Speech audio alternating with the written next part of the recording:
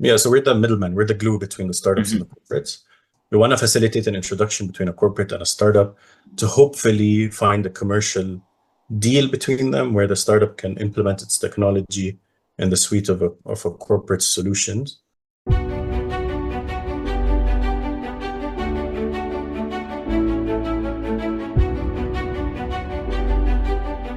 Hello everyone and welcome to a new video from CareersTalks, where I chat with professionals about their daily job responsibilities, their career paths and how they manage to land their jobs.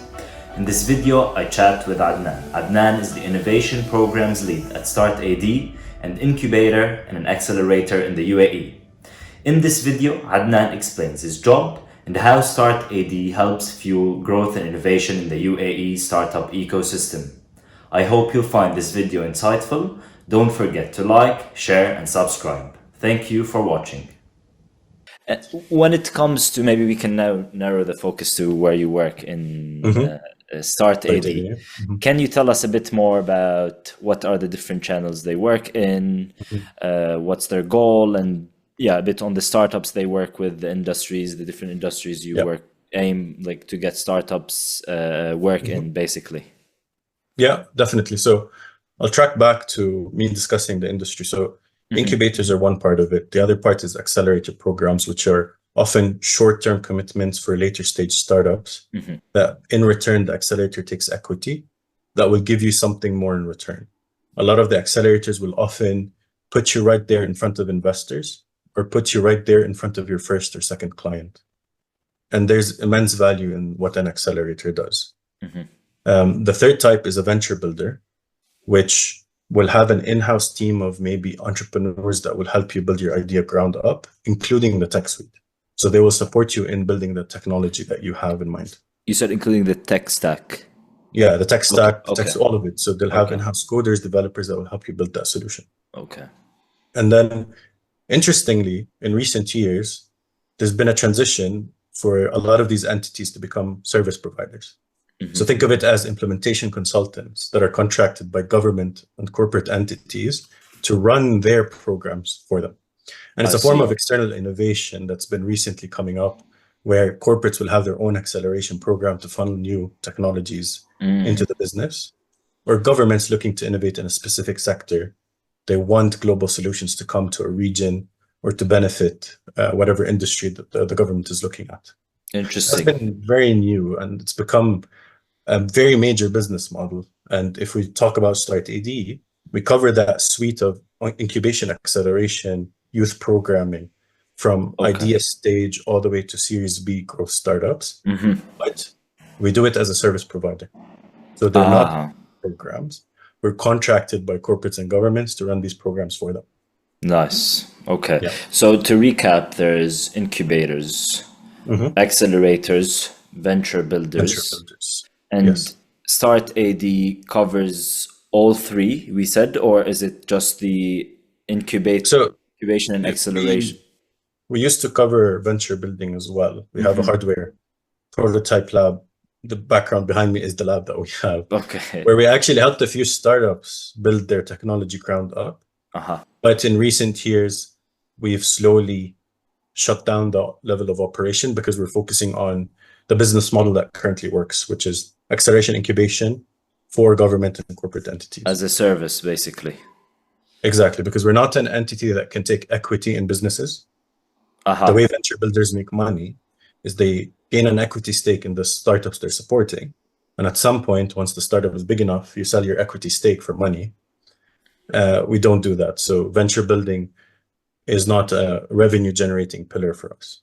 Okay, no, that makes sense. I think maybe we can also a bit now know more about your specific role, job responsibilities. So maybe can you walk us through your involvement in these programs as an innovations program lead? And what do you do? What value do you add in your role to these programs? Yeah. So essentially, you can think of me as the project manager.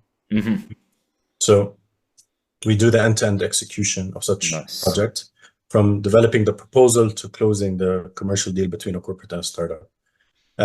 So a lot of project management skills are required. That includes being organized, well, communicating very well, documentation, the whole suite of project management. And on the flip side, you need to be highly analytical, and you need to try to solve a lot of problems because a lot will come up as you progress. I'm assuming, yes. Yeah. And then, I mean, there's so much that happens, especially how delicate certain industries can be, like healthcare, right? Yes. You have to go through so many approvals before your technologies can be implemented. And then I have my own internal team that I manage, and it's a combination of members from StartAD and then external people that I work with, such as trainers, experts, maybe mentors or marketing agencies, and so on. And the best part of my role is that I get to mentor startups as well. Nice. A lot of these programs, I can sit as a mentor, maybe coach, select few of these startups and work with them, make sure that, you know, what we're doing on the program is actually reflecting towards their ambitions and their goals for the UAE market. And I often find that the best part, because you really see great impact and you really see how your work can actually create immense benefit for both the startup itself and the UAE market. Once you go on the news and you read that this technology has been implemented and these are the outcomes, you feel actually proud of what you have accomplished in that process of, making a program happen. It's interesting that you're close to many processes, like from the startup side, but also internally, and you need to oversee all of them, make sure all these processes are coherent. Because at the end of the goal, like at the end of the day, your goal is to fuel the growth for the startup, but make sure that this corporate firm is getting the return. At the same time, your clients or the people who basically came and told you, can you please run this program for me, are also satisfied with the outcome. So I'm assuming that very well said. If we want to look at a week in the life of your job, it's going to be like there's no fixed schedule. I'm assuming like every one day day is different. The startup founder has this issue, but then the other day is, I need to update our client on what's happening. But can you maybe break it down into like the key themes, key tasks that you will do or you usually do? So it's the cycle is pretty standard, where once you win a proposal, there's a phase of planning the program with the client and understanding their objectives and goals. So there's a lot of client management, and a lot of implementation work to the conception of the innovation strategy that you've developed for them. So a lot of the times the client is looking from you to gain insights into what they should do when it comes to that specific program. What innovation outcomes should they expect? And then there's a phase where you're scouting for startups. So it's a full-fledged marketing campaign with paid social media ads, offline partners that are scouting for you. You're traveling at road shows. You're going to tech conferences and looking and talking to startups, trying to find them. And some programs can go up to 400, 500 applications, and it's a very long process having to sift through all of them and then interview these startups. There's that phase as well, and then there's the program itself, where it's events, it's in-person training or online training, it's meetings, it's pitch days, it's conferences, it's exhibiting. So there's a lot of event management as well. And then, of course, there's the closing of these programs that involve reports, that involve you overseeing, that meetings between the client and the corporate and the startup. And then StartAD in itself is also a startup. We're very new. We're 6 years old, 7 years old, still finding our market, still finding our product market fit. So I do a lot of things internally as well, from sifting our data to cleaning up our data to presenting our data, working on our CRM software or implementing new technologies for us that will help improve our processes. It's quite an exciting space. You do a lot. You learn a lot. But it can get often overwhelming or very tiring. Yeah, I think reflecting back on the episodes that I had, I think this is one of the most diverse jobs that include multiple tasks to be done, and the type of the tasks are kind of like different, to be honest. So it's very interesting. Even the type of people they work with, because you have an engineer that you're introducing to a founder, but then you have a family office that has this program, wants you to run the program. So it's interesting that you also deal with people from different backgrounds and different backgrounds.